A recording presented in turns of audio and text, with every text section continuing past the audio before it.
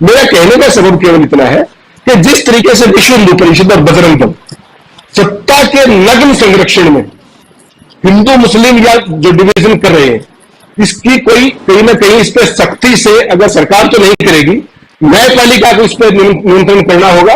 और ये सुरेंद्र जैन टाइप के जो हेट स्पीच, सरकार को उसकी भी जांच करानी चाहिए, मूल बुजुर्गी की भी करानी चाहिए। जितने भी ये सारे के सारे लोग हैं, इनकी जांच हो, जो उपद्रवी है उनकी भी जांच हो, सबको कड़ी से कड़ी सजा मिले। वरना जो हरियाणा जैसा प्रगतिशील राज्य है, it is bound to be doomed. You please mark my words. बिल्कुल, आपने बहुत सारी बहुत महत्वपूर्ण बातें यहाँ पर रखी हैं। जाहिर सी बात है इस पे गहन चिंतन की जरूरत है। अखिलेश जी, इसका अगर, जैसे मैंने पहले भी कहा कि इसका हल जो है वो सियासी ही है। अगर लोग आपकी तरफ उम्मीद भरी नजरों से देखें एक ऑल्टरनेटिव की तरह, तो क्यों देखें? आप ऐसा, कर्नाटक की बात करें तो वहां आपने बजरंग दल को बैन करने की बात की थी, लेकिन अभी तक उसको अमली जामा नहीं पहनाया जा सका है। ऐसे ही अगर पूरे देश भर में अगर हम देखें जिस तरह के नए नए संगठन भी उठ खड़े हुए हैं, अगर आप सत्ता में आते हैं, माना कि अभी जो चंद राज्य हैं जिनकी हम बात करें, साल जहाँ इलेक्शन होने जा रहे हैं, तो आपके पास जनता को देने के लिए आखिर क्या है? देखिए, कांग्रेस जब भी सत्ता में आती है तो इस तरह के उद्दंडी प्रवृत्ति के लोगों का मनोबल नहीं बढ़ने पाता। ये तो तय है। आप कर्नाटक में ये देख लें, जहां पे रोजाना इस तरह की उछल कूद करती थी यही आनुवांशिक संगठन, लेकिन वहां एक इंजन बदल गया तो अब काफी कुछ नियंत्रण है। लेकिन ये जब तक सरकार है एक दूसरे इंजन की कांग्रेस की, तब तक ये है। जैसे उनकी सरकार आ जाएगी फिर वो तांडव करने लगे हैं। इसका हल एक ही है, अस्थायी निराकरण। अस्थायी निराकरण के देश के सारे राजनीतिक दलों और देश के सब बुद्धिजीवी से लगा हर वर्ग के वोटरों को ये समझना होगा कि अब तो भैया आंख खोलो। डबल इंजन का मतलब है आगजनी, लूट, हिंसा, कट्टरता, बैर, सांप्रदायिकता। ये इस देश को नहीं चाहिए। इस देश को प्यार चाहिए, मोहब्बत चाहिए, लोगों को आपस में मिलकर चलने वाली गंगा जमुनी तहजीब चाहिए, वो चाहिए। देखिए, होता क्या है, दुनिया में जितने भी कट्टर हिंसक संगठन उपजे हैं, वो उनकी दो मेन विचारधारा आती है। एक, वो अपने आप को कहते हैं हम राष्ट्रवादी हैं, दूसरा कहते हैं मेरा धर्म खतरे में है।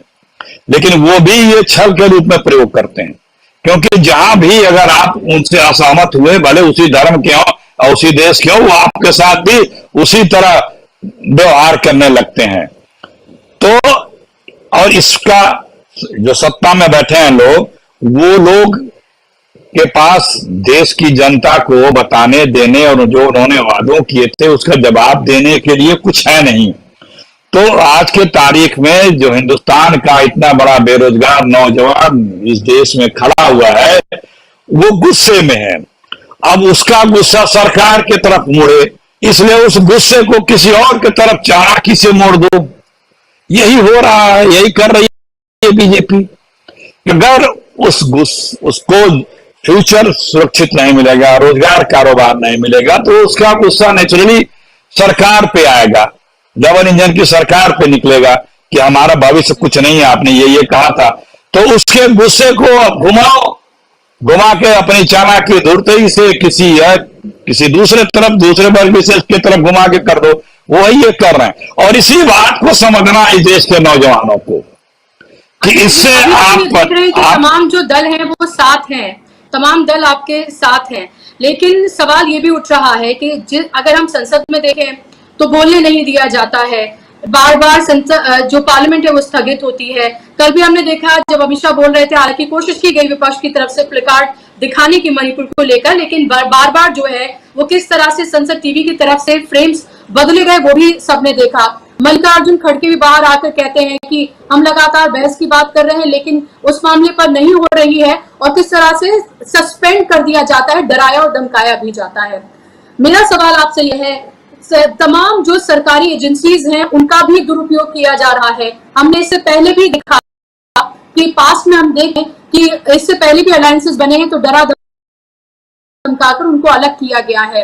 कैसे ये मेक श्योर किया जाएगा कि इंडिया के नाम से, अब भारी भरकम आपने नाम चुना है कि इंडिया के नाम से आपने जो ये तमाम पार्टियां, जो कुंबा आपने इकट्ठा किया है, ये 2024 तक साथ रहने वाला है। देखिए, जो तानाशाह होता है ना, वो डरता बहुत है, इसलिए वो ये प्रयास करता है हमेशा कि कोई भी ऐसी सिचुएशन ना आने पाए, चाहे वो सरकारी एजेंसियां, चाहे संवैधानिक संस्थान हो, कि उससे कोई सवाल करे या उस पर कोई बात आरोपित करे, उससे वो बहुत डरता है। इसलिए वो सब पे कब्जा रख करके अपना जेब का रखना चाहते हैं, क्योंकि वो ये अफोर्ड नहीं कर सकता कि उसके खिलाफ माहौल बन जाए। और जो लोग इस तरह के होते हैं वो हमेशा चीज डाइवर्ट करते हैं अपने तरफ से घुमाने के लिए। लेकिन ये देश काफी समझदार है, लोग इस बात को समझ रहे हैं, और जितने भी विपक्षी दल है वो भी हैं। हम तो यहां तक भी कहेंगे, बहुत बड़ी तादाद में बीजेपी के कुछ लोग हैं जो अटल जी के पीरियड के लिबरल टाइप के लोग हैं, वो लोग भी इस बात को समझ रहे हैं कि ये जो बोया जा रहा है ये हितकारी नहीं है, न देश के लिए है, न किसी बीजेपी के लिए है, और न देश के नौजवानों के लिए। और ये बात काफी लोग समझ चुके हैं, इस देश के नौजवान।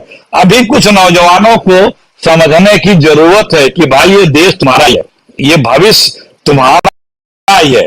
इस तरह से आपका भी नौजवानों, तुम्हारा भी भविष्य खराब हो रहा है, वो भी भविष्य बंद हो रहा है, अंधकारमय हो रहा है, और देश का भी हो रहा है।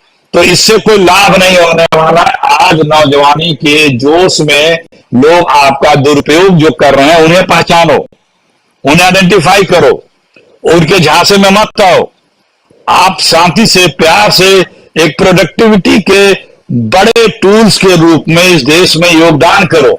इन बातों को काफी लोग समझ भी रहे हैं और समझने की जरूरत है।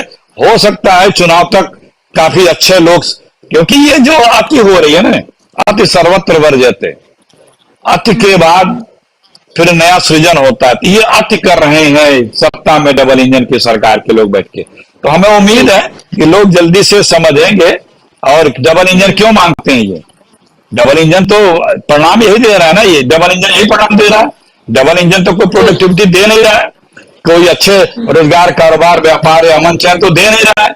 डबल इंजन की प्रोडक्टिविटी है कि समाज को बांट रहे हैं, आगजनी हो रही है, स्थिरता हो रहा है, लोग जो है इस तरह के हिंसाओं में अपने आप को झोंकते जा रहे हैं। आप जी हेमंत जी, मैं आपके पास आना चाहूंगी। देखिए, ये साफ तौर पे ये तो लग रहा है कि एक तरफ वो पार्टी है जो साम दाम दंड भेद की सियासत करती है, किसी भी तरह से उसका आखिरी मकसद जो है वो इलेक्शन जीतना है। दूसरी तरफ ये